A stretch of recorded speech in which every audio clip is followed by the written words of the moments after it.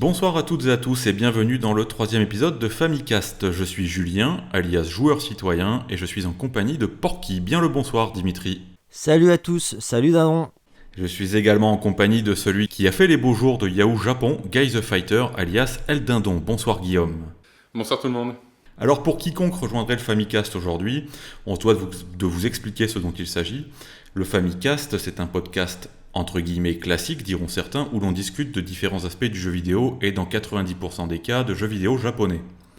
Mais le Famicast, ce n'est pas juste un débat à trois voix, il s'agit avant tout d'une volonté d'intellectualiser la conscience ludique, très chers amis. Notre devoir d'influenceur, c'est aussi de donner des outils de compréhension de la mécanique cérébrale du jeu, JEU, pour que le jeu JE ne soit jamais désarmé face à la complexité du game design qui nous entoure aujourd'hui.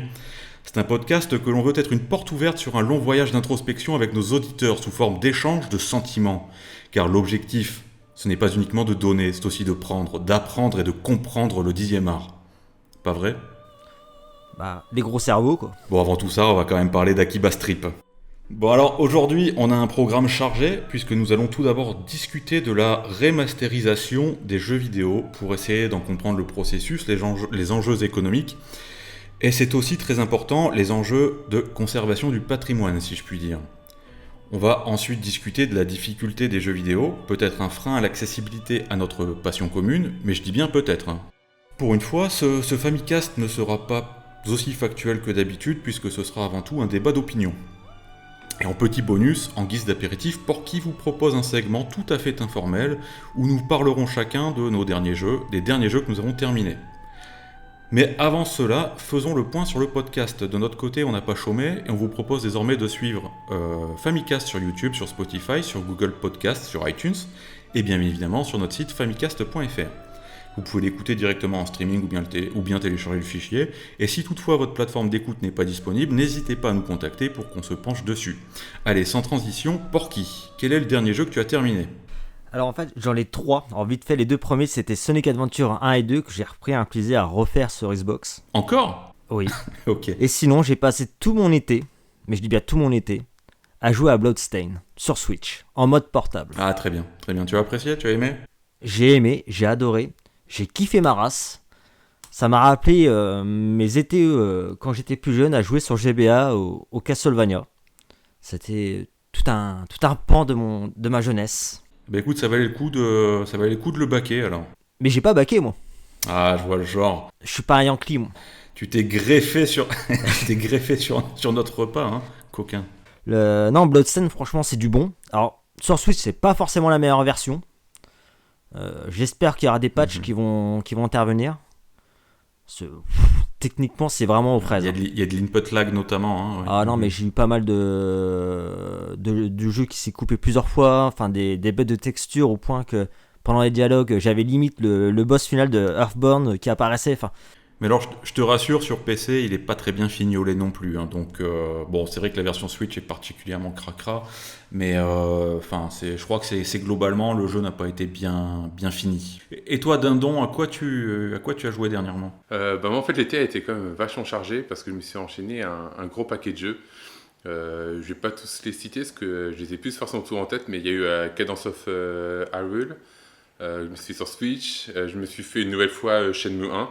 Je l'ai refait l'année dernière, je l'ai refait là en prévision du 3 qui arrive.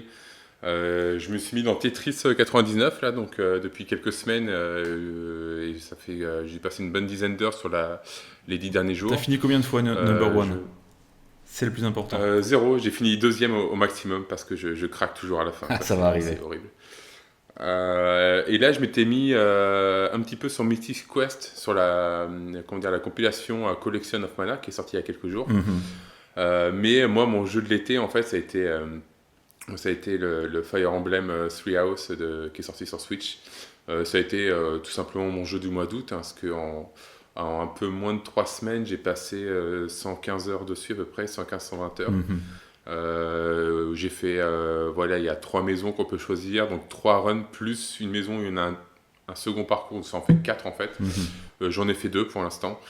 Et là, je me suis mis une petite pause pour Astral Chain qui est sorti, là, que j'ai commencé à jouer depuis hier. Et je sais pas quand je vais reprendre Fire Emblem parce qu'après le mois de septembre, octobre, novembre, il y a tellement de jeux qui sortent que j'ai aucun slot de disponible. Mais je compte bien m'y remettre parce que ouais, c'est vraiment bouteillé.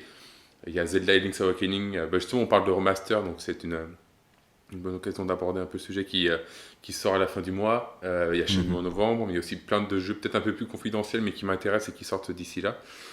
Donc voilà, il faut que je trouve un créneau pour me lancer dedans, parce que c'est vraiment un jeu que j'ai adoré, même s'il n'est pas forcément parfait. Mais c'est un excellent titre et un très bon Fire Emblem. Puis bon, c'est vrai qu'il occupe pas mal de temps, d'après ce que j'ai cru comprendre. Ouais, mon premier run, c'était à peu près une 60aine d'heures. Ouais, quand même. Un peu plus, je crois. Après, le second, ça va quand même plus vite, parce que tu connais quand même l'histoire. Tu n'es pas obligé de tout regarder en détail encore une fois, et tu peux récupérer des points d'expérience qui font que tu peux repartir un peu plus vite à des niveaux plus élevés. Donc tu peux gagner quand même une dizaine d'heures faciles, je pense, voire un peu plus. Mais ouais, de run, moi, ça fait à peu près 110-120 heures, grosso modo. En ce qui me concerne, très rapidement, le dernier jeu que j'ai fini, c'est Yakuza 6 de Song of Life. Bon, c'est bien simple, je suis dessus depuis le mois de juin. Je l'ai attaqué parce que je voulais faire Judgment, donc je me suis dit, je vais me le faire rapidement avant. Mais depuis le mois de juin, je n'arrive pas à décrocher tellement il y a d'activités annexes. J'ai fini la quête principale, mais là je chasse les trophées qui me manquent parce que je suis pas encore rassasié. Ah, t'es un chasseur de trophées ? Ça dépend des jeux, mais là en l'occurrence pour le Yakuza 6 ils sont pas trop compliqués, donc écoute, pourquoi pas. Moi j'ai jamais été dans ce délire d'aller dans les chasseurs de trophées. Le seul jeu où j'ai tenté pour le coup c'était Is 8. Et finalement je suis pas allé jusqu'au bout parce que en fait j'avais raté un event au début du jeu et finalement j'ai fait 99% des trophées, il me manquait juste celui-là. Mais il me semble que de toute façon tu dois faire 2 runs pour Is 8, non ?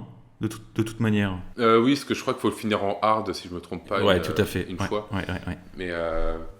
Mais bon, de toute façon, faire les trophées, ça m'a jamais poussé à aller dans le fond des jeux. Moi, je suis plutôt du genre à faire l'histoire principale et quelques trucs annexes, mais voilà, je suis pas trop du genre à m'éparpiller. Donc, passer tout l'été sur Yakuza 6, chapeau. Et pourtant, les succès trophées, c'est un peu le mode difficile d'aujourd'hui. Hein.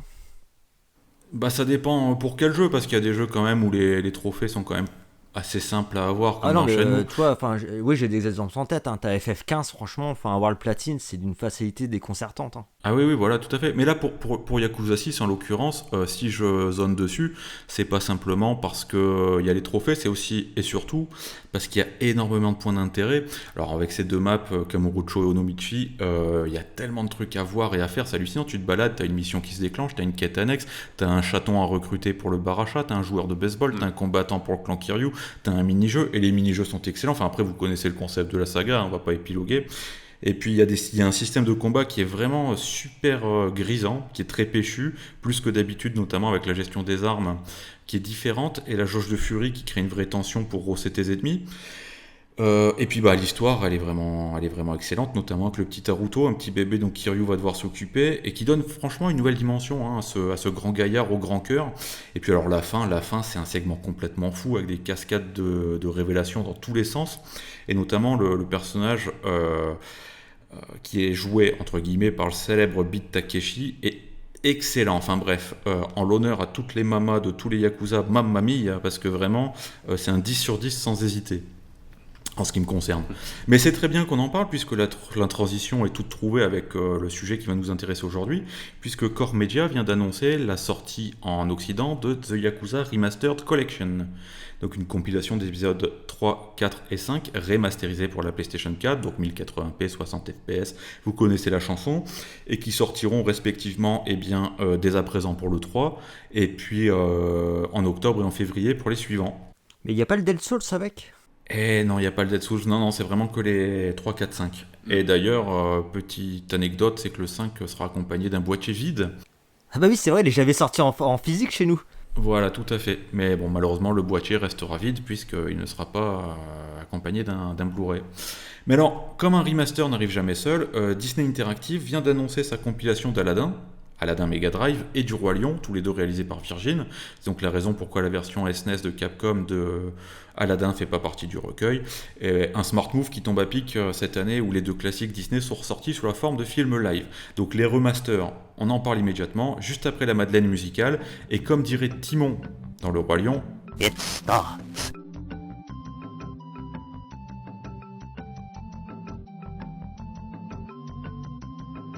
alors avant toute chose, il faut bien cerner ce qu'est un remaster et notamment bien distinguer ce qui est de l'ordre du remaster et ce qui est de l'ordre du remake. Dindon, est-ce que tu peux nous en dire plus à ce sujet ? Oui, enfin tout le monde, je vais essayer de faire un peu du mieux que je peux pour un peu différencier ce qui est remaster et remake. Parce qu'en fait, c'est une question mineure qui revient souvent depuis la génération un peu PS4 et Xbox One. Parce que cette génération a eu quand même pas mal de remasters et de remakes en tout genre. Et finalement, c'est une distinction qui est quand même un peu floue parce que tout le monde a un peu sa propre définition. Il y a des jeux pour lesquels c'est assez évident et d'autres pour lesquels c'est un peu plus limite. Donc bon, on va essayer de poser un petit peu les bases pour que ce soit un minimum clair pour qu'on comprenne un peu de quoi on parle par la suite. Pour moi, en fait, quand on parle de remake, il y a vraiment une question de retravailler totalement le matériel, que ce soit techniquement ou au niveau du gameplay. Alors que le remaster, ça implique plutôt comme une notion plus de lissage HD, ou alors de upscale. Par exemple, un jeu de la génération PS3 qui va être en 720p, qui va passer en 1080 ou quelque chose comme ça. Pour les jeux en 2D, tout ce qui est, par exemple, les jeux SNES qui étaient à l'époque en 2D, c'est assez simple. Si tu le passes en 3D, comme le Zelda Awakening qui sort le mois prochain, c'est un remake. La question se pose pas vraiment. Tu vas pas appeler ça un remaster, quoi. C'est pas un polish, quoi. C'est quelque chose qui a été totalement retravaillé, même si le gameplay reste totalement inchangé. Pareil, c'est une 2D qui est totalement refaite. Par exemple, je pense au remake de DuckTales qui était sorti il y a quelques années et qui a justement récemment disparu des stores. Pour moi, c'est un remake également. C'est pas le jeu 8 bits de la NES qu'on a juste un petit peu fignolé, quoi. C'est vraiment un retravail. Oui, tout à fait. Ils avaient même rajouté un niveau d'ailleurs. Après, pour la 3D, c'est plus complexe, c'est plus subtil, enfin, tout le moins, c'est ma position. Par exemple, quand on pense qu'on a des remasters, on va penser au Yakuza, donc par exemple la collection qui sort l'année prochaine, où là, en fait, c'est le jeu un peu d'époque qui a été glissé en 1080p, et grosso modo, ça s'arrête là. Les Kiwami, par contre, eux, sont considérés comme des remakes, parce que c'est un nouveau moteur, et que là, il y a vraiment un travail en profondeur qui a été fait sur les graphismes. Même si au final, le jeu ne change pas, quoi. En fait, c'est exactement la même chose. On peut éventuellement dire qu'un remaster, c'est plus un portage qu'autre chose, en fait. Ouais, en quelque sorte. Une adaptation. En quelque sorte, à des matos plus récents, notamment. Après, dans ce cas-là, toi, par exemple, si on prend un vrai remake, quelque chose il n'est pas encore sorti, mais un vrai remake, c'est par exemple le FF7 remake. C'est le jeu de l'époque avec son histoire, ses personnages, tout ce que tu veux, mais qui est totalement refait à zéro. En termes aussi bien techniques que de gameplay. C'est plus la même manière de jouer, c'est pas du tout évidemment la même technique que l'époque. Donc là, toi, c'est clair comme de l'eau de roche. Après, par exemple, tu vois, si tu compares à côté un Kiwami, ok, techniquement tout est refait, mais vu que le jeu finalement est totalement le même dans son gameplay, est-ce que tu peux appeler ça vraiment un remake? Toi qui implique une question de retravail, quand tu as un remake au cinéma, les acteurs ne font pas les mêmes scènes point par point. C'est retravaillé, réinterprété, tout ce que tu veux.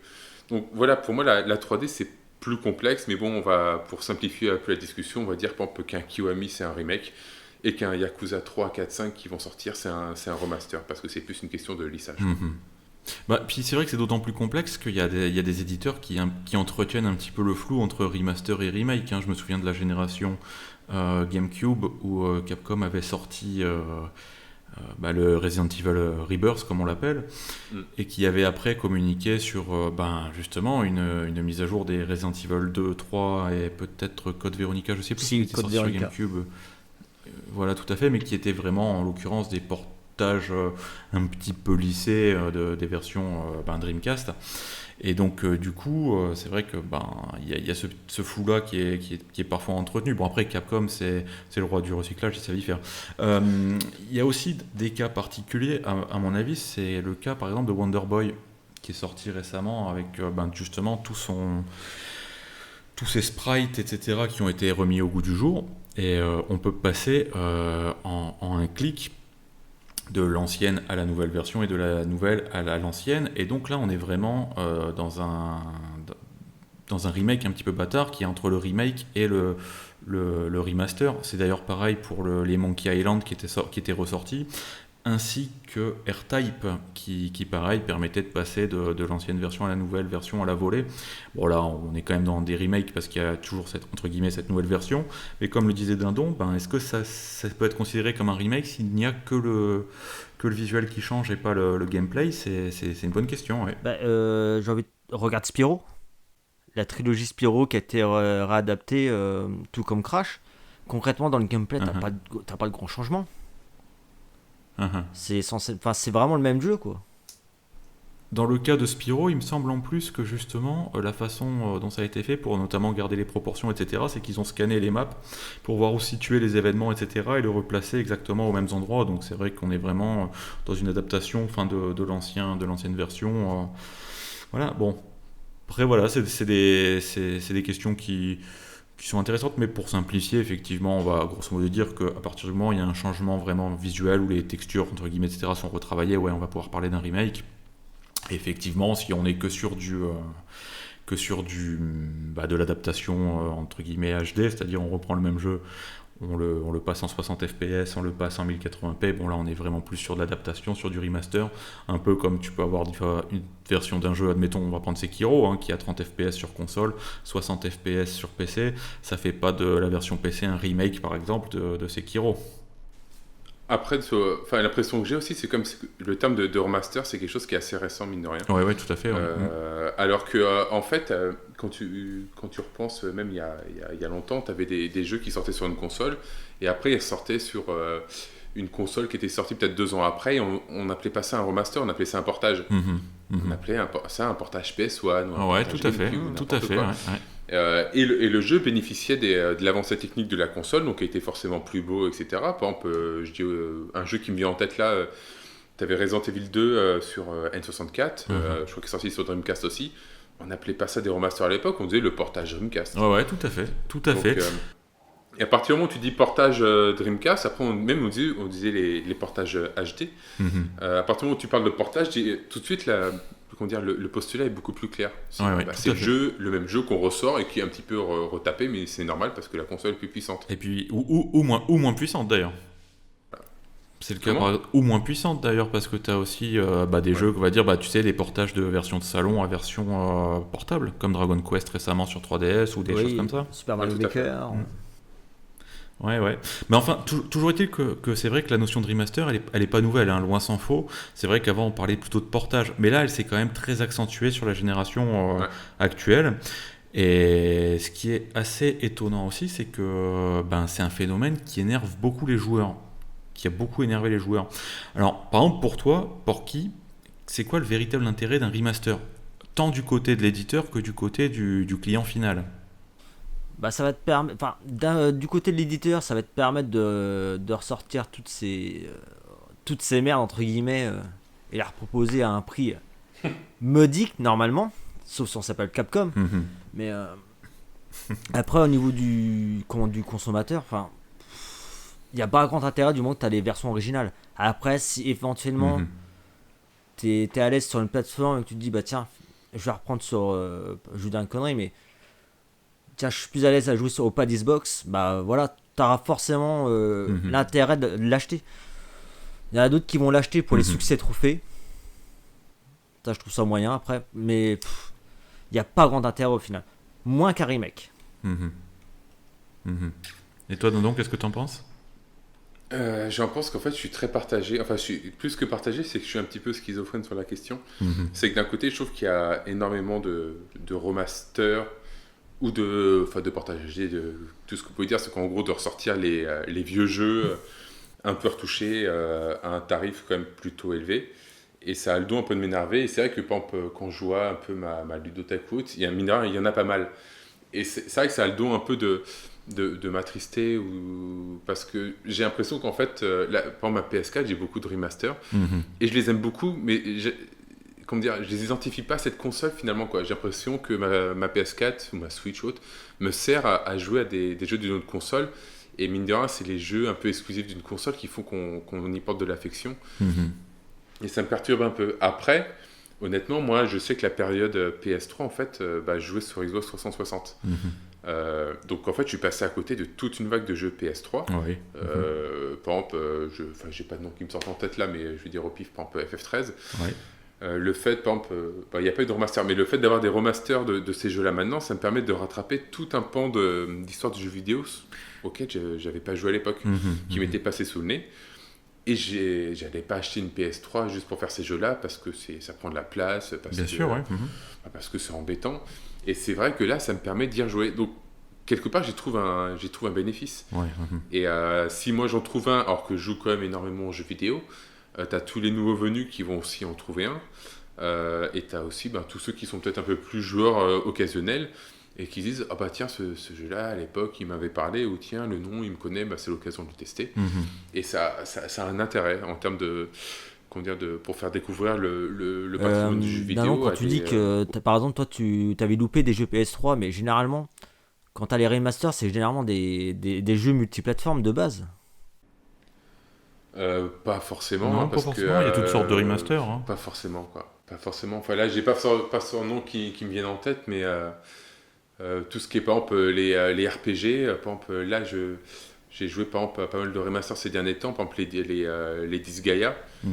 Les Disgaea, c'était des jeux exclusifs PS3, vu que je joue quand même essentiellement aux jeux vidéo japonais, même si la Xbox 360 avait quand même des exclus japonaises ou des portages, parce que Microsoft poussait encore à l'époque, il y en a quand même énormément qui sortaient que sur PS3. Je vais penser au jeu Falcom, au jeu Nipponichi, au jeu Squaresoft en grande partie. Il y a au jeu Nintendo, enfin, je veux dire, la Wii U, elle a eu un paquet de jeux qui étaient exclusifs à la Wii U, puisque c'était des jeux Nintendo et qui ne sont sortis nulle part ailleurs que sur Wii U, et que beaucoup de joueurs sont bien contents de voir débarquer sur la Switch.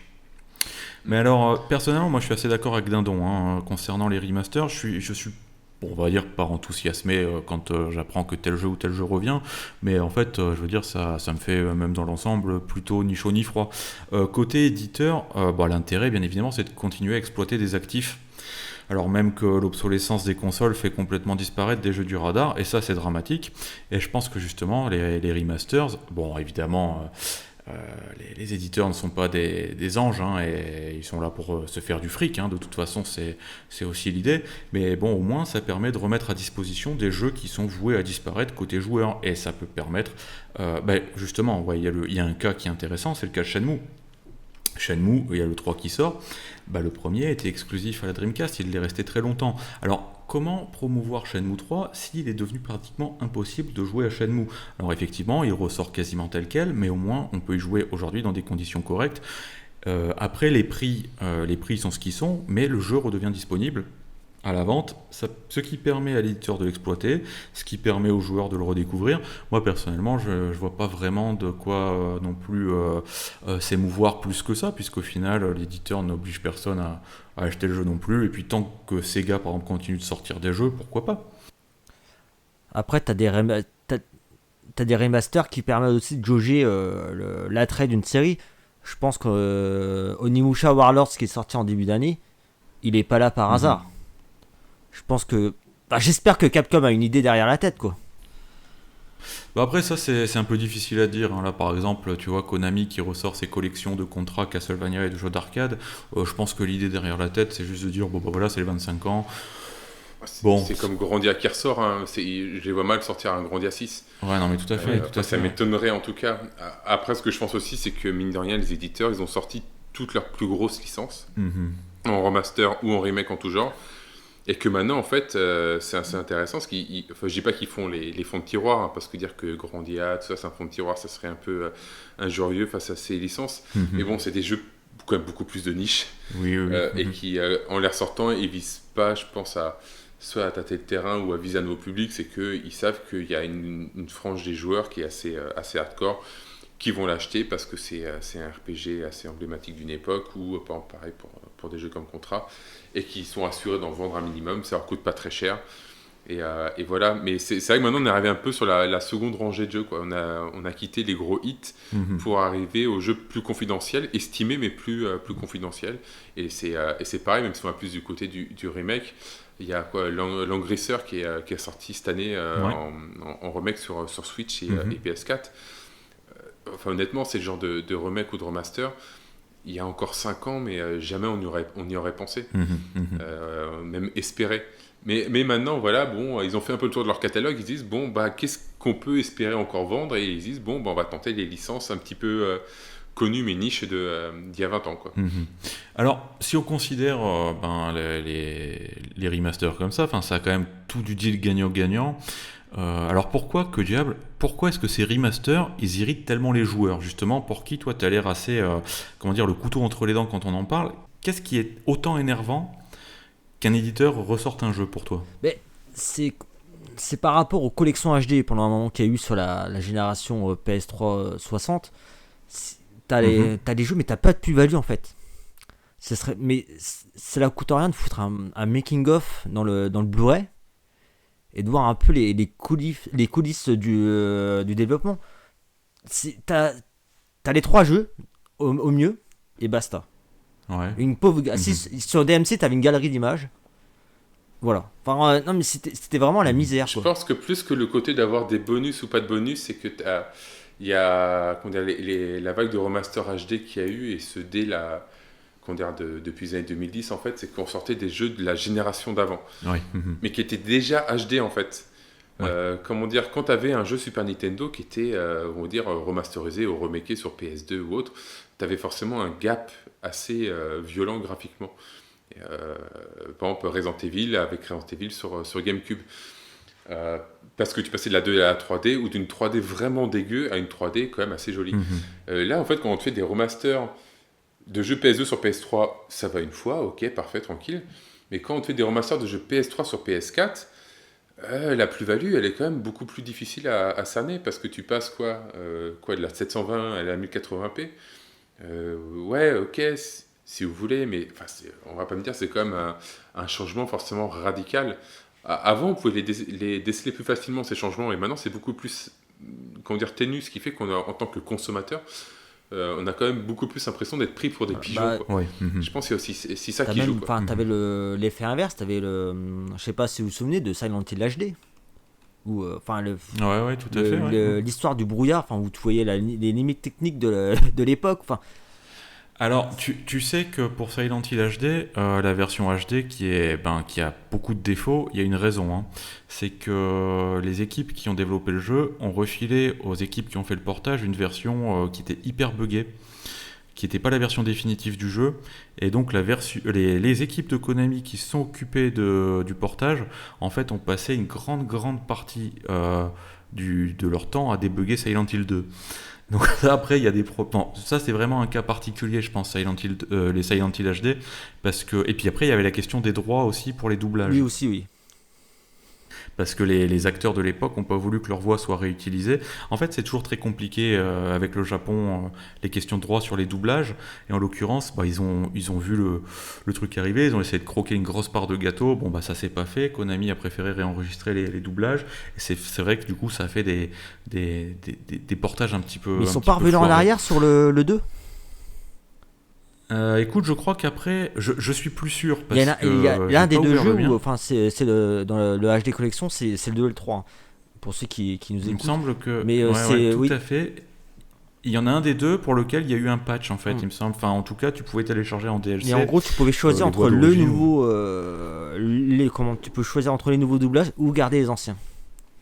Ouais, tout à fait. Mais du coup, c'est vrai que pour lui, c'est un cas particulier parce qu'il a fallu d'abord se confronter aux bugs et aux problèmes techniques d'une version foireuse qui a été d'abord envoyée aux équipes qui ont fait le portage. Alors, en ce qui me concerne, concernant la grogne des joueurs contre les remasters, je pense effectivement qu'il y a le sentiment d'être pris pour un pigeon. Mais ça, je crois que c'est dû à quelque chose de très précis. Je vais vous en parler, peut-être que vous allez ne pas être d'accord avec moi. Je pense qu'en fait, il y a des consoles qui sont rétrocompatibles et d'autres qui ne le sont pas. Et je pense qu'il y a beaucoup de joueurs qui estiment que toutes les consoles doivent être rétro-compatibles. Alors évidemment, c'est loin d'être aussi simple, hein, parce que hormis les joueurs PC, encore qu'il y a des jeux qui deviennent incompatibles et donc il faut ruser pour les relancer, etc. Mais les consoles, en général, par défaut, elles sont rarement rétro-compatibles. Par exemple, si la Wii U permet de jouer les jeux Wii, c'est que sur le matos, il y a tous les éléments qu'il faut pour lire un jeu Wii. C'est pas de l'émulation, et ça, en tant que client final, on aurait bien tort de croire qu'on ne le paye pas. Enfin, c'est compris dans le prix final, il ne faut pas se leurrer.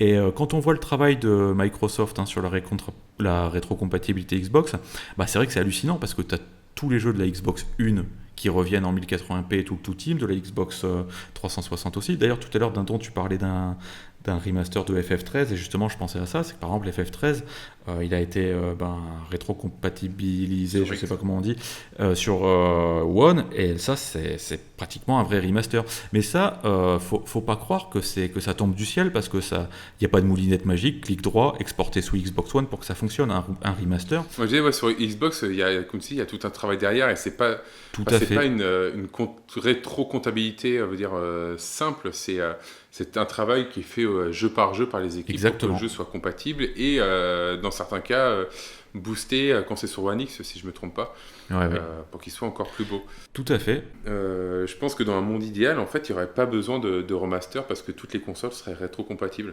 En tant que consommateur, en fait, quand tu as acheté ton jeu, tu voudrais pouvoir y jouer tout le temps, quoi. En fait, tu peux techniquement. Quelque part, en fait, que tu aies des contraintes techniques, c'est pas le problème du consommateur, en fait. Déjà, il s'en fout. Et en fait, même, il n'a pas besoin de savoir. En plus, quand dans le passé, tu l'as habitué, par exemple avec les consoles portables ou même les premières PlayStation, à mettre ton jeu dedans et ce qu'il soit directement reconnu par la console. Alors, je veux pas me faire l'avocat du diable, mais techniquement, quand tu vas acheter un jeu de PlayStation, peut-être que 20 ans après, sauf s'il est rayé, etc., il fonctionnera toujours. Peut-être pas sur la PlayStation 5, puisqu'il n'y a rien qui l'indique qui est compatible avec la PlayStation 5. Mais si tu branche ta PlayStation, le jeu fonctionnera toujours. Parce que nous, on est quand même assez exigeants. On voudrait y jouer sur la dernière console qui centralise tout. Mais techniquement, c'est vrai que c'est quelque chose qu'on dit souvent. On aimerait que ça continue à fonctionner aujourd'hui. Mais le jeu fonctionne toujours. Il n'est pas forcément à jeter à la poubelle. Ouais, mais après, c'est du confort. T'as pas envie de forcer. Enfin, voilà. T'as pas envie de t'emmerder à constamment rebrancher, je sais pas, t'as N64, t'as Dreamcast, t'as PS1. Tout à fait. Et c'est ça que ça vient. Enfin, ça serait bien d'avoir. Enfin, on voudrait tout avoir dans une main. Jusqu'à la PS3, c'était quand même le cas, parce que la PS2 était rétro PS1 et la PS3 était rétro PS1, PS2 sur ses premiers modèles. Oui. Et oui, mais on s'est habitué au confort. Les consoles portables Nintendo, c'était le cas, donc c'est vrai que quelque part tu t'y habitues, quoi. Et sur PC, t'as pas besoin de rétro vraiment, même bon, si c'est un peu particulier, mais comment dire, tu peux jouer à des vieux jeux quand même avec un PC de maintenant. Au pire, tu mets une sandbox ou autre, mais bon, ça reste comme une manip assez relativement simple. Bon, va foutre une cartouche Mega Drive dans une Dreamcast, quoi. C'est totalement possible, quoi. Tout à fait. Mais pour autant, il y a eu aussi des collections de jeux, notamment la Smash Pack, etc. Il y a aussi eu des remasters sur Dreamcast, comme on disait tout à l'heure. C'est une problématique qui existe depuis, je dirais pas la nuit des temps, c'est pas si vieux que ça les jeux vidéo, mais depuis très longtemps, parce que c'est une question qui s'est aussi posée pour les vidéos, pour les livres, pour tout un tas d'autres supports, pour la musique, etc. C'est vrai que par exemple, tu vas acheter une cassette, tu vas te dire j'aimerais bien quand même pouvoir continuer de l'utiliser aujourd'hui. Si tu as le matériel, rien ne t'en empêche. Bon, effectivement, aujourd'hui, ta cassette, il y a peu de chances que tu aies de quoi la lire, donc voilà. Mais alors, justement, au-delà de ça, donc on en a parlé, un remaster, c'est pas forcément toujours qu'un simple portage. Il y a aussi des remasters qui vont permettre des sauvegardes d'état, d'avoir différents filtres sur les jeux, etc. Notamment parce que des fois un remaster c'est une simple émulation, donc ça permet de booster un petit peu le jeu d'origine aussi. Alors pour vous, qu'est-ce que c'est qu'un bon et un mauvais remaster? Est-ce que vous avez des exemples d'un bon et d'un mauvais remaster, d'un don? Un bon remaster, c'est plus un remake remaster, mais par exemple les travaux qui a été fait un peu sur des jeux comme les Yakuza, Kiwami, c'est à la frontière des deux, mais on va dire que le gameplay n'a pas été changé du tout, c'est le même jeu mais avec une mais il y a quand même des ajouts en contenu, donc pour moi je le classe plutôt dans le côté remake que dans le côté remaster. Mais Dans ce cas-là, c'est un petit remake. Parce que si tu dis que c'est un vrai remake, dans ce cas, qu'est-ce que tu dis FF7 ouais, remake. d'accord, mais malgré tout, quand même, le changement du moteur, ça, à mon avis, ça en fait quand même. Ah bah ça, pour le coup, c'est quand même une plus-value énorme, parce que Ouais, quand tu tout à compares fait. au 3, 4, 5, où c'est juste un lissage, Ouais, tu vois clairement le gap. Mhm. Mais voilà, ça c'est comment dire, ce genre de jeu où tu as un vrai travail, que ce soit sur le gameplay ou la technique. Tu peux pas dire que c'est du foutage. Ah, tout à fait. Du foutage Surtout de qu'il n'a gueule, pas en été fait. vendu plein pot. Hein. Il me semble qu'il était sorti non. dans les 40 balles ou quelque chose comme ça. Ouais, le tarif était abordable. Ouais. Un jeu qui aurait pu être, par exemple, un vrai bon remaster, ça aurait été, par exemple, les Shenmue 1 et 2, qui sont sortis l'année dernière. Parce que quand tu prends le jeu, en fait, esthétiquement, enfin, tu vois, ok, ça a été retapé pour la console, en fait, pour la PS4 et la Xbox. Et en fait, quand je le regarde, en fait, j'ai l'impression de jouer au Shenmue que je jouais sur Dreamcast à l'époque. C'est que je vois aussi beau que je me l'imaginais, et comme les souvenirs embellissent la réalité de l'époque, je pense que c'est dire que graphiquement, en fait, c'est quelque chose qui a été bien fait. Après, le jeu était tellement truffé de bugs, enfin, franchement, c'était inadmissible. Donc pour toi, c'est un mauvais remaster C'était celui-là. Bah, après, il a été patché, donc de facto, c'est devenu quelque chose de correct au bout du compte. Ouais. Mais honnêtement, enfin, je me suis tapé des bugs, mais totalement inadmissibles. Ouais, Mais, bien sûr. Ouais. C'était vraiment du foutage de gueule. J'ai jamais vu ça. Enfin, ça a fait planter ma console. J'ai eu des erreurs, des blue screens. C'était franchement du travail de sagouin. Et tu peux pas appeler ça un remaster. Tu vois que c'était fait soit par-dessus la jambe, soit que Sega a fourni des données n'importe comment. Mais en fait, c'est une émulation améliorée. Hein.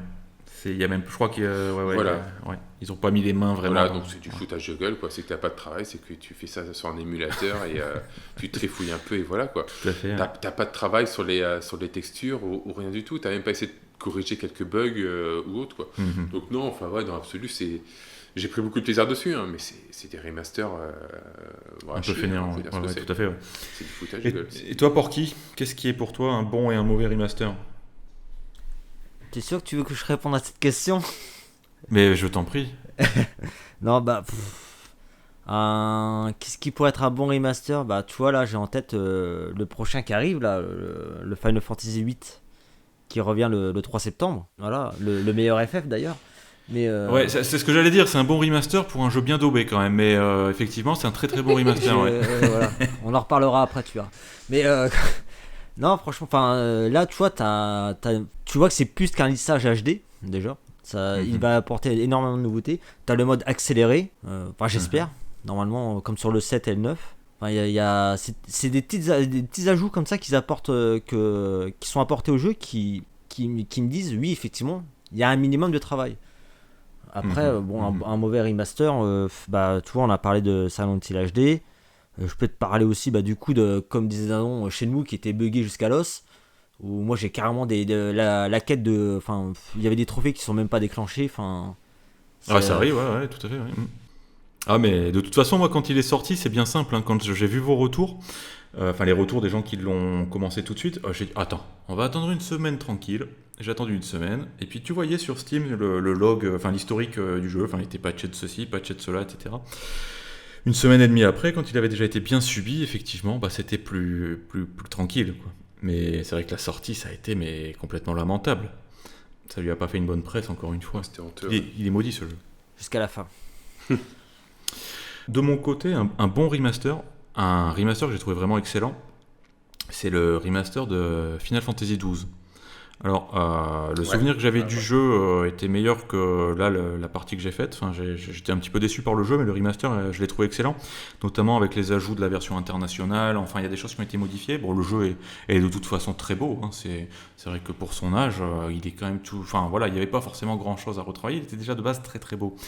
Et j'ai trouvé que c'était vraiment le genre de remaster qu'on voudrait voir plus souvent, avec aussi la possibilité d'accélérer. Donc c'est très bien pour les junkies de l'expérience. Et puis voilà. Un mauvais remaster, malheureusement, je pense que Shenmue 1 et 2, c'est quand même Enfin, on est d'accord là-dessus. Enfin, c'est vrai que c'est une honte pour un jeu qui est aussi légendaire, un remaster aussi dégueulasse, quoi. Enfin, je suis désolé de le dire. Même pour un jeu qui serait pas légendaire, ça aurait été totalement du foutage de gueule. Ouais, mais c'est ça. On va pas épiloguer là-dessus parce que ça me fait vraiment mal de parler aussi. Ouais, ça me fend le cœur, hein, mais. Mais bon, il faut le dire. Il faut le dire. Ouais, enfin voilà. Alors, est-ce qu'il y a un jeu dont vous rêveriez de le voir revenir dans une version justement remasterisée? Pour qui? Remasterisé ou remake? Les deux, si tu veux. Honnêtement, il y en a un qui me tiendra à cœur. Ça serait un nouveau F-Zero. Remasterisé ou remaké, je m'en fous, mais un nouveau F-Zero, c'est tout ce que je demande à Nintendo. Après, je pourrais mourir tranquille. Et voilà. Non, mais ouais, F-Zero, mais ça serait énorme. Ça serait bien que Konami se penche sur les Metal Gear MSX. Je pense que remaker, ça pourrait envoyer du lourd. Ouais. Après, il y aurait beaucoup de choses à revoir parce que c'est quand même. Enfin, Metal Gear, j'ai un profond respect pour ce jeu qui est vieux, mais qui apportait beaucoup de choses quand même. Enfin, qui avait beaucoup de choses très nouvelles dedans, mais il aurait besoin vraiment d'un profond travail pour aujourd'hui. Parce que par exemple, devoir péter un mur pour trouver un équipement, mais tu dois te taper tous les murs aléatoirement, etc. C'était quand même des idées un peu farfelues, il me semble. Mais c'est vrai qu'il mériterait vraiment un profond remake, ouais. Et puis bon, non, mais surtout, c'est que là, ça sera vraiment un vrai remake, avec des nouvelles mécaniques de gameplay. De toute façon, ça sera obligatoire. Comme Resident Evil 2. Et alors, toi, Dindon? Moi, ça serait plus côté remake, mais comment dire, un Chrono Trigger. Ouais. Moi, je kifferais de la voir dans un monde de 2019, quoi.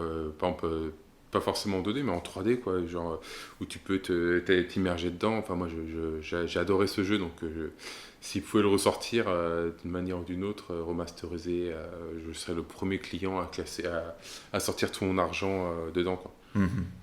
Après, sinon, il y a eu un jeu qui a connu un similaire remake sur 3DS, c'était Link to the Past avec Link Between Worlds, parce que les deux jeux sont quand même très similaires. Oui.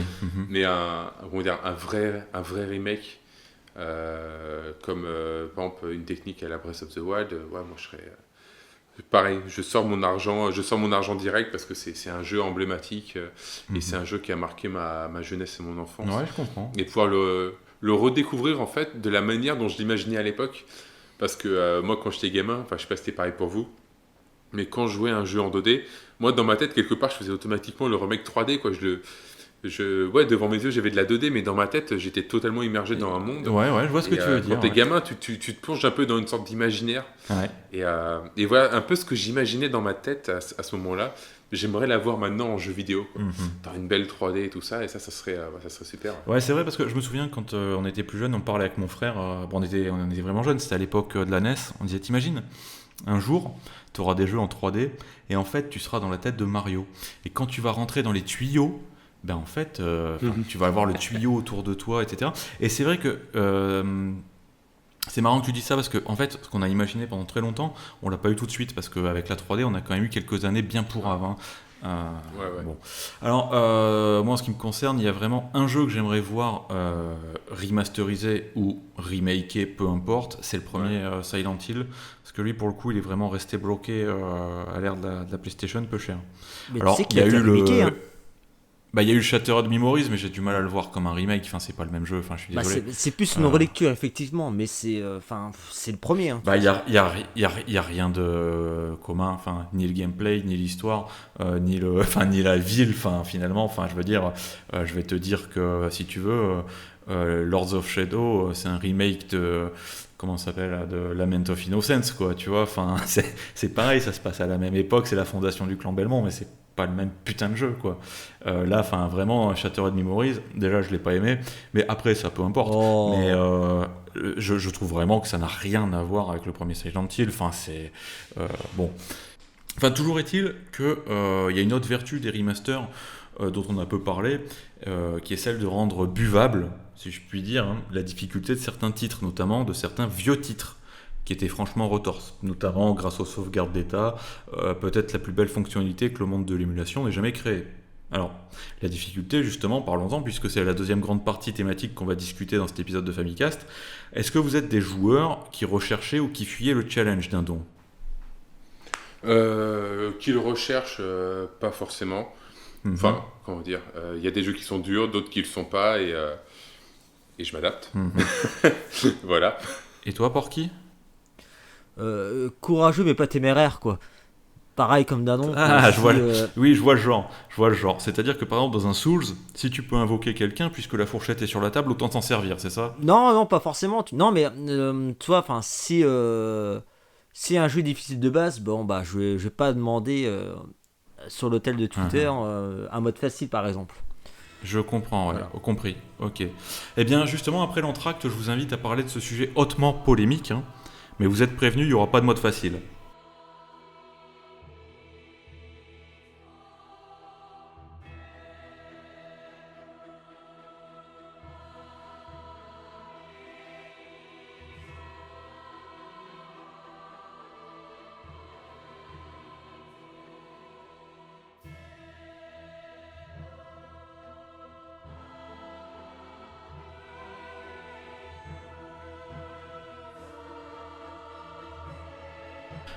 Alors c'est le même refrain à chaque sortie d'un jeu signé From Software.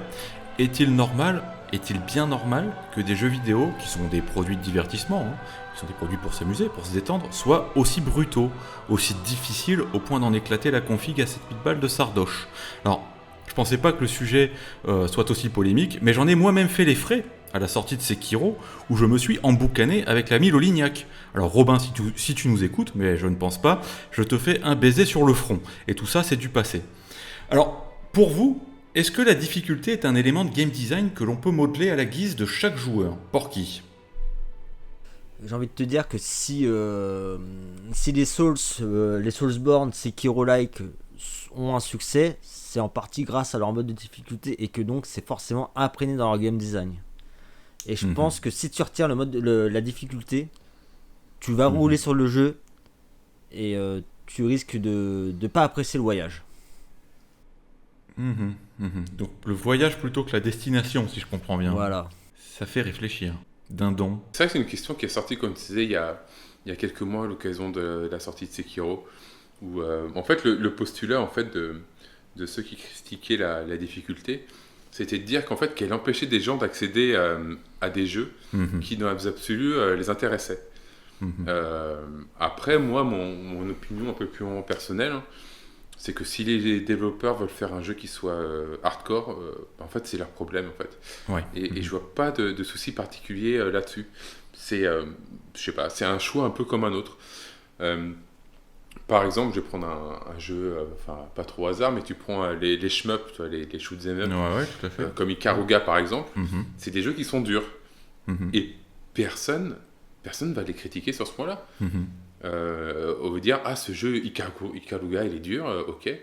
Et stop, basta. Et ou tout le monde, j'ai pas entendu de voix disant, ah, il faudrait baisser la difficulté pour qu'il soit plus accessible. Si tu la baisses, le jeu est beaucoup moins intéressant. Ah bah tout à fait. Et Ouais. après, je pense aussi qu'avec Sekiro, ça vient du genre aussi, c'est un jeu d'aventure, action-aventure, donc bon, t'as un cadre autour. Oui. Et là, ça se passe au Japon, c'est chatoyant.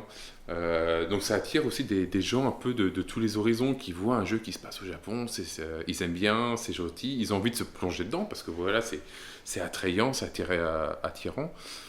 Et donc ils considèrent quelque part que le jeu devrait être accessible pour eux aussi parce qu'en fait ils ont envie de se plonger dedans.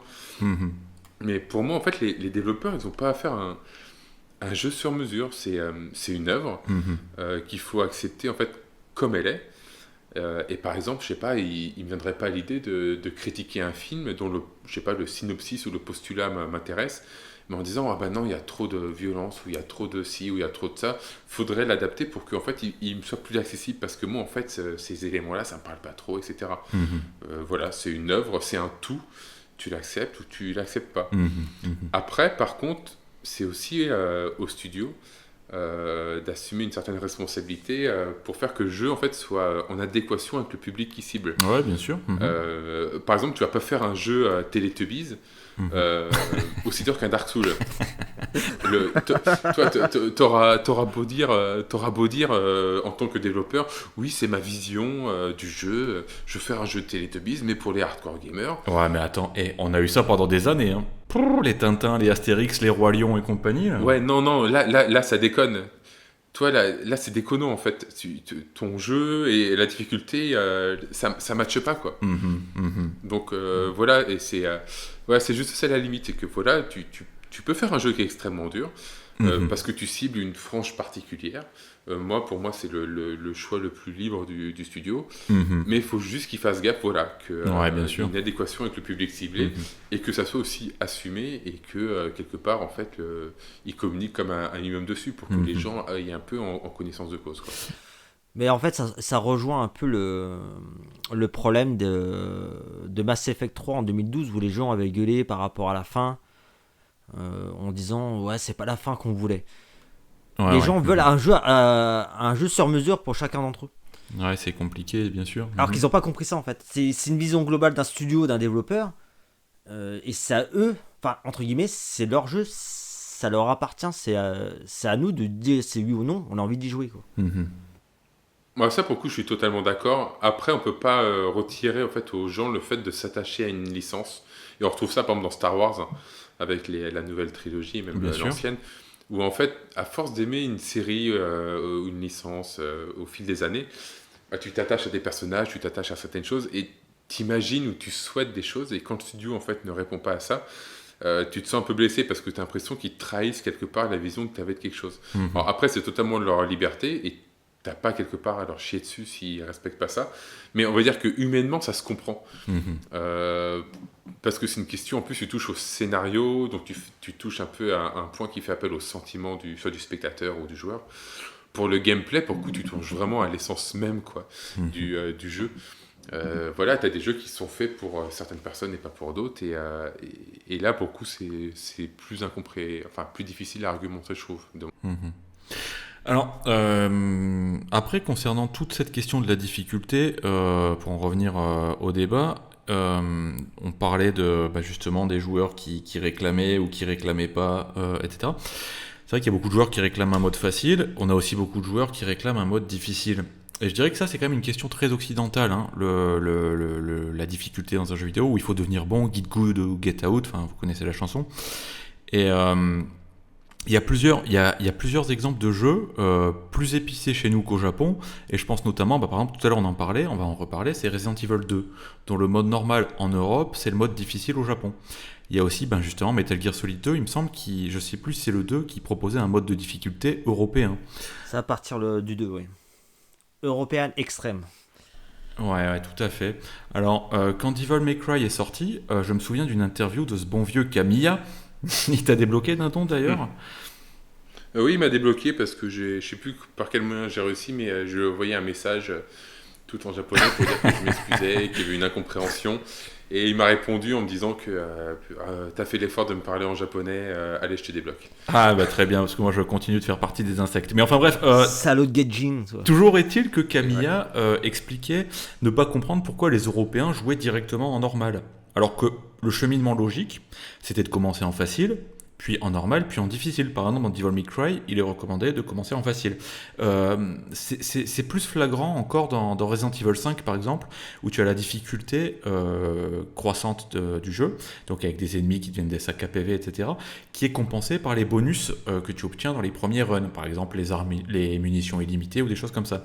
Ça, tu t'en rends compte aussi quand tu joues à des jeux, j'ai deux autres exemples, Panzer Dragoon ou Castlevania 64, où le jeu s'arrête brutalement si tu joues en facile avant la fin, et là on t'explique qu'à présent il faut passer aux choses sérieuses et commencer un run dans une difficulté supérieure. Mais alors dans le monde occidental, c'est quelque chose qu'on a quand même beaucoup de mal à intégrer, c'est un petit peu différent parce que déjà on n'a pas forcément la culture de faire plusieurs runs d'un jeu. Après y a des gens qui le font parce qu'on est des passionnés, mais pour le grand public c'est pas quelque chose qui se fait. Enfin je veux dire, tu joues à un jeu, tu le revends sur le bon coin, terminé. Et de ce fait, on essaye toujours de trouver le meilleur compromis entre pas trop facile, pas trop difficile, plutôt que d'enchaîner les différents niveaux de difficulté et de jauger chaque run indépendamment les uns des autres. Mais malgré tout, dans l'ensemble, je pense qu'on est quand même plutôt d'accord pour dire que le jeu vidéo était aussi plutôt difficile, plus difficile avant. Est-ce que ça, c'est un sentiment que tu partages, Porky ? C'est difficile à dire, dans le sens où quand t'es enfant, t'as plus la patience de... T'as plus de persévérance sur un jeu, j'ai envie de te dire. J'ai un exemple en tête, tout le monde connaît le joueur du grenier. Il avait fait une vidéo sur Retour vers le futur 3, où il disait que le jeu était abominable, difficile. Et pourtant, moi, gamin, à l'âge de 5-6 ans, je l'ai fini plusieurs fois. Je pense que c'est au cas par cas. Il n'y a pas de... Il y a pas de solution miracle. C'est selon le caractère de chacun, selon l'envie de chacun, selon le jeu aussi. Tu vois, je peux avoir fini un Retour vers le futur 3 à l'époque maintenant, et aujourd'hui ne pas avoir fini Sekiro, alors que j'aurais été peut-être un peu... Enfin, ça me correspondrait beaucoup plus. Mais alors, il y a quand même une différence, c'est qu'à l'époque, quand tu avais un jeu que tu finissais, par exemple Retour vers le futur 3, tu le finissais après des semaines et des semaines de gameplay, alors que le jeu, au final, il dure 1h30, 2 heures, tu vois. Ah oui, donc, après, demande... c'est du, entre guillemets, c'était Dark Souls, entre guillemets, avant l'heure, c'était du Die and Retry, quoi. C'était... T'apprenais le jeu par cœur, quoi. À l'époque, il y avait quand même encore une influence de l'arcade qui se sentait énormément dans tout les à jeux. fait, tout à avec fait. Le côté Die and Retry, comme disait Porky juste à l'instant. Ah oui. Le fait, par exemple, c'est que tu avais des vies limitées et aussi des continues limitées. Tu avais, alors, je dis au pif, tu commençais le jeu avec 3 vies, 3 continues. Tu les perdais quand même plus ou moins facilement. Et voilà, au bout de, ça se trouve, 2-3 niveaux, tu avais déjà ton game over et tu recommençais et tu faisais... Enfin, je sais pas, moi j'étais gamin, je jouais au premier Sonic sur Master System. Le premier niveau, j'ai dû le faire, je sais pas, 500 fois. Et ça se trouve, le deuxième, je l'ai fait 100 fois parce que j'y suis peut-être pas allé souvent quand j'étais tout à petit. fait. T'avais aussi, mine de rien, une tendance qui revient un peu dans les retry, c'est que t'avais des pièges qui étaient quand même assez pervers et qui étaient placés de manière à ce que ça soit difficilement évitable, sauf à pas se faire une fois ou deux. C'est comme une technique qui est un peu old school, qu'on retrouve un peu moins maintenant, même si elle existe toujours un peu, mais qui était quand même assez limite et qui augmentait en fait artificiellement la durée de vie. Ah ben oui, c'est clair. Mais après, ça c'est quand même compréhensible parce que la durée des jeux, elle était dans l'ensemble beaucoup plus courte. Donc il fallait opposer un peu de résistance pour que le client il en ait pour son argent. Parce que t'avais beaucoup moins de jeux que maintenant, quoi. T'avais beaucoup moins de jeux. Puis bon, 800 francs français, s'il vous plaît. Enfin, je veux dire, il y avait ça aussi. Enfin, tu vois, 1h30 pour terminer un jeu à 800 toi, t'as balles. quand même énormément de jeux. T'as moyen d'avoir des jeux à des tout petits prix. Par le PC ou tout ce que tu veux. Ouais. À l'époque, c'était pas le cas, donc il fallait que tu en aies aussi pour ton argent. Et puis bon, aussi quand t'es gamin, t'as pas d'argent toi-même, tu prends l'argent de tes parents. Donc voilà, mes jeux, je les recevais peut-être à Noël, anniversaire et quelques-uns par-ci par-là. Mais bon, sur une année, je sais pas combien j'en avais, mais c'était pas non plus une montagne. Là, je pense que peut-être en 2-3 mois, je me tape en nombre de jeux vidéo ce que je me faisais gamin en un an. Ouais, mais tout à fait. Bon, le fait que tu aies une masse aussi, ça fait aussi que tu aies beaucoup plus de jeux. Et beaucoup plus de jeux aussi, beaucoup plus faciles. Et peut-être qu'il y a une impression en fait de masse de ces jeux plus faciles qu'à une époque. Enfin, que plus faciles maintenant par rapport à l'époque. Mais c'est juste qu'en nombre factuel, il y en a plus. Après, en termes de proportion, je sais pas. Faudrait se pencher sur la question. Mais en termes de proportion, je suis pas forcément convaincu au final. Après, il y a aussi un troisième point, parce qu'on a parlé de la durée des jeux, on a parlé du fait que beaucoup de jeux étaient convertis de l'arcade, donc ils étaient imaginés comme une attraction de quelques minutes, et puis le but c'était que tu mettes du fric dans le monnayeur. Mais il y a un troisième point, à mon avis, qui est important aussi concernant la difficulté, c'est que c'est tout simplement une question de game design. On n'avait pas encore exploré beaucoup de choses à l'époque, il y a encore beaucoup de choses qui étaient à imaginer, et grosso modo, mourir dans un jeu vidéo, ça a longtemps bel et bien voulu dire ce que ça voulait dire, mourir. Et donc après la mort, il n'y a plus rien, tu recommençais le jeu. Et alors il y a des jeux qui proposaient des continues, mais pas forcément en illimité d'ailleurs. Et puis il a fallu quelques années pour arrondir les angles, pour se dire que peut-être... Et pas oublier les maniabilités qui étaient des fois quand même assez pourries. Faut pas oublier tout à fait. Alors, t'avais beaucoup de jeux qui avaient, à part les jeux Nintendo, t'avais quand même beaucoup de jeux qui étaient assez pourris. C'était atroce. Je dirais pas archaïque, enfin je dirais pas pourri, mais je dirais plutôt archaïque, tu vois. Ouais, c'est ça. Parce qu'il y a aussi la question de la technique qui rentre en compte, etc. Après, il y a un exemple que je voulais citer parce qu'il est intéressant, c'est l'exemple du premier Dragon Quest. qui te ramenait auprès du roi. Il divisait ton or, hein, comme par exemple dans un Pokémon qui est sorti presque 11 ou 12 ans plus tard. Et ça, c'était en 86, et pourtant, tu ne mourrais pas dans Dragon Quest, tu revenais tout simplement auprès du roi, et voilà, bon, c'est intéressant de le souligner. Bon, après, c'est un jeu qui a été précurseur à tellement d'étages que, bon, ça m'étonne même pas plus que ça, mais en 86, quand même, c'était loin d'être une norme. Donc c'est une question à laquelle tout à l'heure tu as répondu un petit peu déjà d'un don, mais est-ce que selon vous, un jeu trop difficile, c'est un frein à l'accessibilité? Porky, qu'est-ce que t'en penses, toi? Après, je vais répondre peut-être à côté, mais je m'en souviens d'avoir eu une conversation sur Twitter, justement par rapport au Sekiro Gate, j'ai envie de te dire, où on m'avait dit, mais justement, avec des jeux trop difficiles, vous empêchez, à vouloir des jeux trop difficiles, vous empêchez des joueurs handicapés de pouvoir y jouer. Alors, je t'avoue que je saurais pas vraiment, j'ai pas su quoi répondre, hein, je me suis retrouvé un peu le bec dans l'eau. Mais oui, éventuellement, tu te coupes d'une frange de gamers. Mais c'est un choix. Il y a des jeux qu'on ne jouera jamais. Enfin, c'est ça, voilà, il y a des jeux qui sont grand public. Et dans le sens du terme le plus pur, c'est qu'il va pouvoir toucher tout le monde. Parce que c'est un jeu qui est facile d'accès, on va dire, dans son esthétique et aussi dans son gameplay. Et voilà, tu as des jeux aussi par exemple, qui sont faits pour les enfants, tout ça. Enfin, y a quand même toute une gamme de jeux qui est fait pour ce genre de public, qui n'est pas vraiment, on va dire, hardcore. Mais à côté, critiquer le fait que tu aies des jeux destinés à une niche, hein, parce que c'est... Voilà, on va dire, les joueurs hardcore, c'est une niche, tout comme tu as les jeux Nipponichi Software, c'est des jeux de niche pour les fans de JRPG un petit peu perchés. Voilà, tu peux avoir une niche des mecs qui veulent en chier sur leurs jeux vidéo. Tout à fait. Et je vois pas pourquoi tu les empêcherais. Après, rajouter un mode easy, ouais, pourquoi pas. Enfin, après, toi, si les mecs de From Software ils veulent t'en rajouter un, moi je m'en fous. Je veux dire, c'est pas un problème. De toute façon, moi j'ai pas joué à Sekiro ni au Dark Souls parce que c'est des jeux qui m'intéressent pas de base. Donc qu'ils en mettent et qu'ils en mettent pas, dans l'absolu, ça m'en touche une sans faire bouger l'autre. Mais s'ils veulent pas en mettre un, voilà, c'est leur truc. Eux, s'ils ont dans leur tête, ils se disent, nous, on s'en fout du casual, on veut juste parler aux gamers qui se la jouent bonhomme et qui veulent des jeux durs. C'est leur droit, quoi. Enfin, c'est une niche comme une autre, quoi. Non, mais tu vois, moi, j'ai surtout sorti l'argument que, ok, qu'il y a un mode facile dans les jeux comme Dark Souls, enfin, dans les jeux difficiles, il n'y a pas de souci. Je suis pas contre l'idée. Par contre, ne viens pas pleurer derrière. C'est au lieu de passer 40-50 heures sur Sekiro, tu passes seulement 10 heures parce que tu as roulé sur le jeu. Ah non, mais tout à fait. Après, moi je suis pas un extrémiste de la vision d'auteur, hein. Je suis même peut-être pas autant que vous à ce point attaché à cette idée-là. Et parce que moi déjà je suis le premier à jouer à un jeu avec par exemple des sauvegardes d'état en ce qui concerne les jeux d'une certaine époque, donc c'était peut-être pas les règles des développeurs à l'époque. C'est bien pratique quand tu veux faire un topo ou une vidéo sur un jeu plutôt que de tout farcir depuis le début à chaque fois. Mais surtout, ce qui est quand même important à dire, c'est qu'il y a des jeux dans lesquels tu as un mode facile ou des bonus qui t'aident.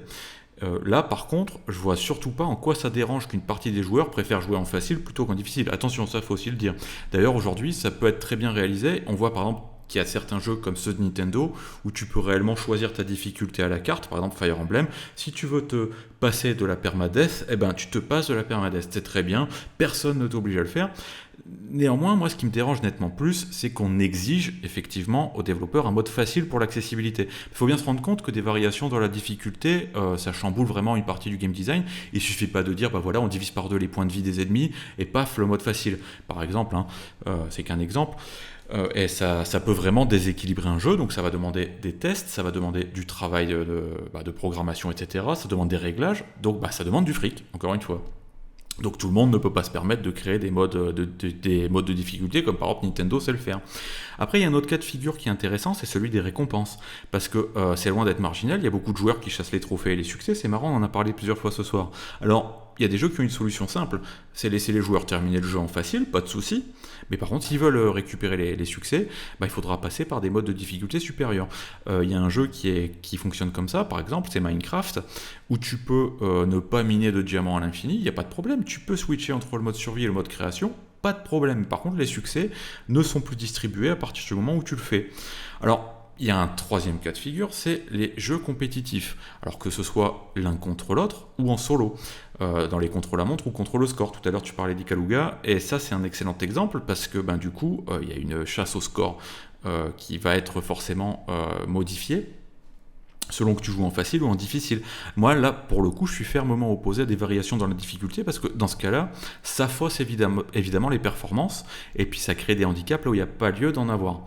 Alors après, je sais que sur certains forums, par exemple c'est le cas de shmup.com, tu as tout simplement des rankings qui sont classés par niveau de difficulté. Donc par exemple, tu vas prendre, je sais pas, je donne un exemple, Psy-Variar facile, Psy-Variar moyen, Psy-Variar difficile. Voilà. Mais effectivement, on peut pas exiger à quelqu'un de créer quelque chose. Enfin, c'est aussi simple qu'aujourd'hui de taper du poing sur la table et de dire, par exemple à Disney, comme tu le disais tout à l'heure, votre Star Wars 8, je n'en veux pas, moi, voilà ce que je veux. Non, ça fonctionne pas comme ça, malheureusement. Chacun investit son temps et son argent. Et tu vas pas faire un Adibou avec un mode hardcore, quoi. Voilà, tout à fait. Voilà, il cible un public particulier, il faut un jeu pour ce public-là. Bon, ça se trouve, moi je sais pas, Adibou, j'aime bien son design, j'aurais bien voulu me faire un Adibou hardcore parce que, je sais pas, j'aurais trippé. Bah non, c'est un jeu qui est pas fait pour moi. Mais alors, tu ne crois pas si bien dire, mon ami. Tu ne crois pas si bien dire parce que dans Adi, pas Adibou, mais dans Adi, qui était quand même pour les enfants, tu pouvais débloquer des jeux. Et notamment, tu débloquais Goblins, qui était loin d'être un jeu très facile. Et ça, c'était des écueils qui arrivaient souvent avant, des jeux pour enfants très difficiles. Il y en a eu des caisses complètes. Enfin, les amis, l'heure tourne. Vous avez vu l'heure qu'il est ? 11h10, tic-tac, tic-tac, tic-tac, tic-tac. Donc en guise de conclusion, je vais vous proposer de nous raconter, ou encore mieux, de nous mimer vos jeux les plus éprouvants, les jeux les plus éprouvants de votre vie. Porky, ça a été quoi pour toi les jeux, ou le jeu le plus difficile ? Franchement, je vais revenir à Sekiro. Bon ? Oui, non, mais voilà, non, mais je. Ça alors ? Ouais, non, voilà. Non, mais je m'étonne. Je l'ai pas fini, tu vois. Enfin, après, est-ce que.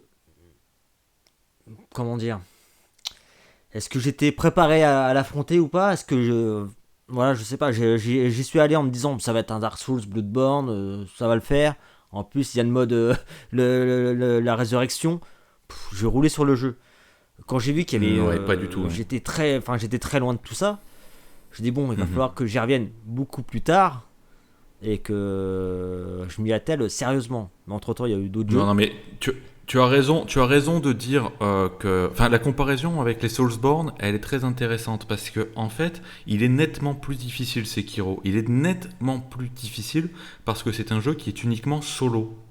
Donc, en cas de pépin, tu peux pas appeler ton pote pour qu'il vienne t'aider à affronter un boss, etc., etc. Ouais. Donc c'est vrai que ça le rend non, mais particulièrement... même en termes d'approche au niveau du jeu, oui, je t'avouerai, je pensais à jouer à un Souls-like, mais basique, quoi, avec juste des japonais, avec des katanas, quoi. Et quand je me suis rendu compte que ça allait beaucoup plus loin que ça, c'est là que j'ai reculé un peu, puis j'ai dit, bon, on va attendre un peu, quoi. C'est sur quel passage du jeu que tu as particulièrement buté ? Le singe ? Même pas le premier ogre. Ah d'accord, ok, pas de souci. Ouais. Ah oui, mais après bon, voilà, ça a une volonté de ma part de pas m'être impliqué plus que ça, parce que bon, j'avais personnellement dans ma vie, j'avais autre chose à penser, donc je pouvais pas me permettre de faire des sessions de 8 heures entre guillemets sur le jeu, à le poncer et essayer de passer à faire un passage. Non, mais je te comprends. Enfin, c'est compréhensible de toute façon. Mais j'ai pas réclamé un mode facile. Et toi, Dindon ? Moi, quel est ton pire cauchemar ? Mon pire cauchemar, en fait, c'est une question. Enfin, c'est particulier parce que quand je me suis penché sur la question de savoir les jeux qui m'ont fait le plus transpirer dans mes à peu près 30 ans de jeux vidéo, en fait, j'ai du mal à sortir des noms. J'ai jamais fait de jeu un peu comme les Dark Souls ou autre. Non mais ça fait quand même papa de dire ça. Moi ça fait 30 ans que je joue, j'ai jamais eu de problème avec la difficulté et j'ai un énorme... Non, c'est pas une question où j'ai jamais eu de problème. J'ai eu des jeux, toi, évidemment, qui ont été difficiles, qui m'ont fait rager. Mais comment dire, par exemple, tu sais, quand tu parles de Dark Souls, de Sekiro, c'est des noms qui sortent du tac au tac parce qu'ils sont réputés pour ça. Et moi, j'ai pas eu de nom en me disant ce jeu-là, il m'a rendu fou. Donc j'ai du mal à sortir des noms en particulier. Après, ouais, c'est plus un panache de jeux dont je me rappelle que la difficulté comment dire, m'a foutu sur les nerfs, mais c'est pas pour autant que je considère ça comme les jeux les plus durs de la galaxie. Je me rappelle par exemple de Contra 3 sur Super Nintendo. Ah bah, qui est loin d'être facile, ouais, effectivement. Qui est quand même assez chaud.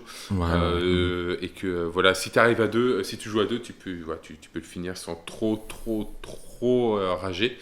Mais tout seul, c'est quand même un bon challenge. Un jeu que j'ai fait à l'époque que j'ai adoré, mais pour le coup, c'est voulu que ça soit dur, c'est Super Meat Boy. Donc, où là, pour le coup, la difficulté, c'est une caractéristique Ouais, tout à fait. même du jeu. Tu lui supprimes, le jeu, il a plus d'intérêt, en fait. Ah bah, c'est clair. Là, clairement, voilà, la difficulté, ça fait partie du postulat de base. Je pense même encore plus qu'un Sekiro ou qu'un truc comme ça.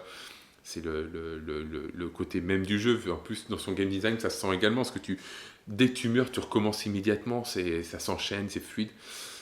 Donc il y a eu ça. Et après, il y a un jeu qui était sorti sur PC. Alors là, pour le coup, c'est rare parce que je parle rarement de jeu occidental. Et là, c'est un jeu espagnol et qui est sorti sur PC en 98. C'était Commando, derrière la ligne ennemie. Ah, il était chaud, bouillant. Ouais. Et c'était un jeu de stratégie où tu dirigeais alors de mémoire, des militaires, une équipe de 4-5 militaires, un truc comme ça. Ouais, c'était un petit peu un jeu. C'était de l'infiltration d'ailleurs. De l'infiltration, ouais. Et en fait, c'était sorti, je crois, la même année que Metal Gear Solid. Ouais. Et c'était justement l'année, en fait, on parle de l'infiltration où les soldats dans Metal Gear pouvaient te repérer avec leur champ de vision, etc. Et justement, dans ce commando, tu avais tout un système où tu voyais le champ de vision des ennemis et qui pouvaient te repérer de visu ou par le son. Et le jeu, il m'a rendu ouf parce qu'à l'époque, j'avais quoi, je devais avoir 13-14 ans. Ouais. Et la difficulté était chaude et je pense que c'est un des jeux qui m'a fait le plus fait transférer. Je suis pas allé bien loin au final, j'ai dû faire peut-être 3 niveaux, mais les 3 premiers niveaux, j'ai dû les faire 500 fois et à chaque fois je prenais autant de plaisir parce qu'ils sont chauds. Ouais. Et si je devais en citer un dernier qui vient de me revenir à l'esprit, parce que j'ai fait Fire Emblem il y a pas longtemps, ce mois-ci, c'est le Fire Emblem de la Wii. Ah bah oui, bien sûr. Où je me rappelle en avoir quand même pas mal chié. Je l'ai fait dans la foulée quasiment dessus sur GameCube. Alors lui je l'avais adoré. Celui sur Wii j'ai plus de réticence parce que je trouvais que dans certains combats il était quand même assez abusé. Bah il était injuste en fait. Ouais. Voilà, il était injuste. Celui sur GameCube pour moi était quand même beaucoup plus équilibré. Donc voilà, c'est un peu un petit panaché des jeux qui m'ont un peu marqué, mais ça se trouve, tu me poses la question de moi, je t'en aurais dit 5 autres. Ouais. Mais c'est d'autant plus étonnant pour Fire Emblem, l'épisode oui, je crois que c'est Radiant Dawn, si je ne me trompe pas. Ouais, c'est ça, ouais. Il est particulièrement difficile, alors que c'est censé être l'épisode le plus grand public, étant donné que la Wii, c'était quand même une console qui visait avant tout le grand public, donc ça, c'est un choix qui m'a toujours étonné. Bon, après, pourquoi pas. Alors... En ce qui me concerne, j'ai choisi 2 jeux. Alors, c'est marrant que tu aies parlé de Contra 3 parce que moi aussi, c'est 2 jeux de Konami. Ce sont 2 jeux de Konami, 2 jeux d'arcade de Konami. J'ai pas réussi à les départager, donc je vais vous en parler. Je vais vous parler de tous les 2. Le premier, c'est Haunted Castle, qui est l'épisode de Castlevania qui était sorti en JAMA à l'époque et qui est, là, vraiment, c'est n'importe quoi. Il est taillé pour les dieux de l'Olympe. Alors, le début est extrêmement difficile. La fin est extrêmement difficile, mais alors entre deux, ils t'ont foutu une montagne de difficultés, mais c'est absolument absurde. Notamment, je pense au 4e boss, dont j'ai l'impression faudrait que je reteste, parce que, j'ai pas forcément envie de m'y replonger, mais là, comme il est ressorti récemment dans la collection Arcade Classics, j'aimerais bien le réessayer. Il y a le 4e boss qui possède une attaque que tu ne peux pas esquiver, à mon souvenir. J'ai retourné le truc dans tous les sens, je crois que tu peux pas l'esquiver. Mais alors le pire, c'est que le jeu, il ne propose que 4 crédits au maximum. Donc tu peux pas ajouter de pièces à l'infini pour le terminer, donc tu es obligé d'y jouer à la régulière. Même en émulation, à moins que tu utilises des sauvegardes d'état, etc. Alors moi, en ce qui me concerne, j'y étais arrivé à force de persévérer sur la version PS2. C'était dans la collection Oretachi Gaisen Zoku de Hamster, qui était sortie en 2006. Je ne sais pas si vous vous souvenez. Et alors honnêtement, je l'ai tellement recommencé que j'ai fini par en rêver la nuit. Et bref, même pour la curiosité, je le déconseille fortement à quiconque souhaite le faire. Et alors, il y a une autre anecdote qui est intéressante, c'est que dans cette collection, dans cette édition de Hamster, les l'éditeur avait mis avec une petite vidéo, un super play en DVD, et le mec dans le super play n'a pas réussi à passer le 3e stage, donc ça c'était vraiment lamentable. Le deuxième jeu dont je vais vous parler, mais alors celui-là c'est vraiment mon pire cauchemar, c'est mon Nemesis, c'est Gradius 3, sous-titré Densetsu Kara Shinwa E, qui est de la légende au mythe ou quelque chose comme ça. Mais alors celui-là, c'est pas une légende, c'est pas un mythe, c'est un cauchemar absolu. Ils ont complètement perdu les pédales. Là vraiment, ils ont vraiment gonflé le truc au maximum. Enfin, de base, Gradius, c'est quand même un jeu qui est assez difficile. Le premier, il est assez difficile. Mais pourtant, je suis quand même pas un joueur extraordinaire. Mais je me souviens qu'assez rapidement, après quelques essais, tu pouvais le one CC, comme on dit. Notamment parce qu'en fait, il est assez court. Mais alors, Gradius 2, déjà, attention les chaussures. Il fallait se lever tôt pour le faire, mais c'était encore possible. Alors, en ce qui me concerne, Gradius 3... encore plus dur, encore plus long, encore plus impitoyable, vraiment une galère absolue. Mais alors le plus difficile, ça c'était propre à la série Gradius jusqu'au 5, c'est que quand tu mourais, tu revenais à poil. Donc c'était vraiment la double peine, quoi, parce qu'il n'y avait pas d'option pour attaquer. Enfin, pour ceux qui ne connaissent pas Gradius, dans Gradius tu peux acheter des options au fur et à mesure que tu joues. Donc en fait tu peux acheter des rayons laser et tu peux notamment acheter ce qu'on appelle plusieurs options, enfin des multiples qui te permettent de lancer plusieurs lasers. Quand tu meurs, tu reviens comme un ver de terre nu. Alors, ce qui m'a vraiment rendu fou dans ce Gradius 3, c'est que en fait, plus le vaisseau est rapide, moins il est facile de le contrôler, parce que tu peux notamment aussi acheter une option qui te rend plus ou moins rapide. Ouais, voilà. Le problème, c'est que tu perds vraiment le contrôle quand il est trop rapide. Sauf qu'il y a un passage vers la fin où tu dois éviter des parois en slalomant en fait entre les parois. Et là, du coup, t'as besoin que le vaisseau soit assez rapide pour y arriver, sinon c'est strictement impossible. Et comme du coup ça devient incontrôlable, c'est un enfer. Moi personnellement, j'y suis jamais arrivé. Là même, je l'avais refait récemment, du coup avec les sauvegardes d'état sur la PSP, dans la collection Gradius qui était sortie. Et même avec les sauvegardes d'état et tout, c'était à 100 cogner la tête contre les murs, quoi. Voilà, Gradius 3, alors un nom légendaire, mais alors en réalité, mais quel enfer. Voilà. Rien que d'y penser, ça me donne très chaud. J'y sais en sueur.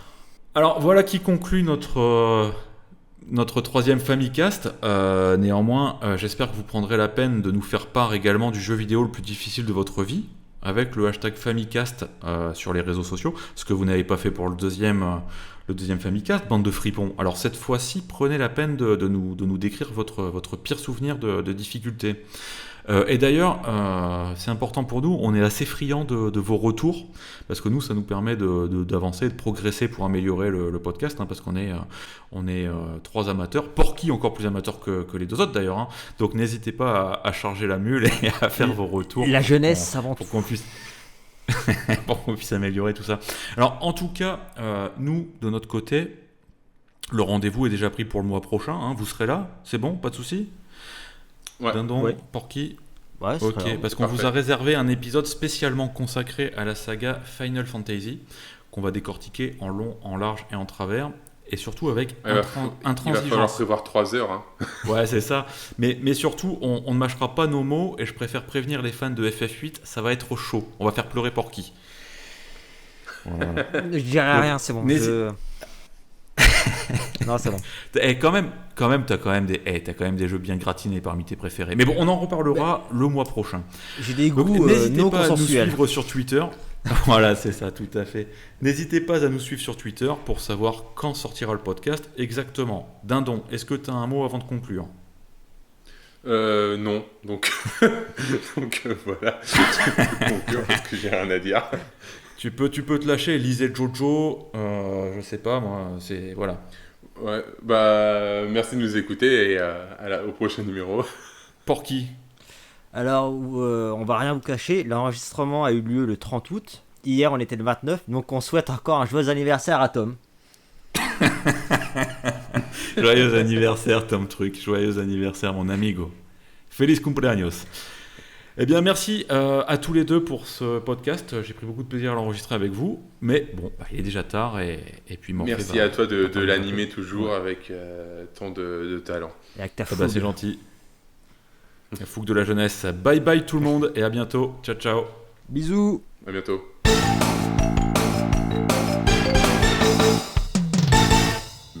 après, je disais après, par contre, que la question de, comment dire, est-ce que en fait les remasters, enfin dire ça serait en fait la rétrocompatibilité à améliorer, comment dire,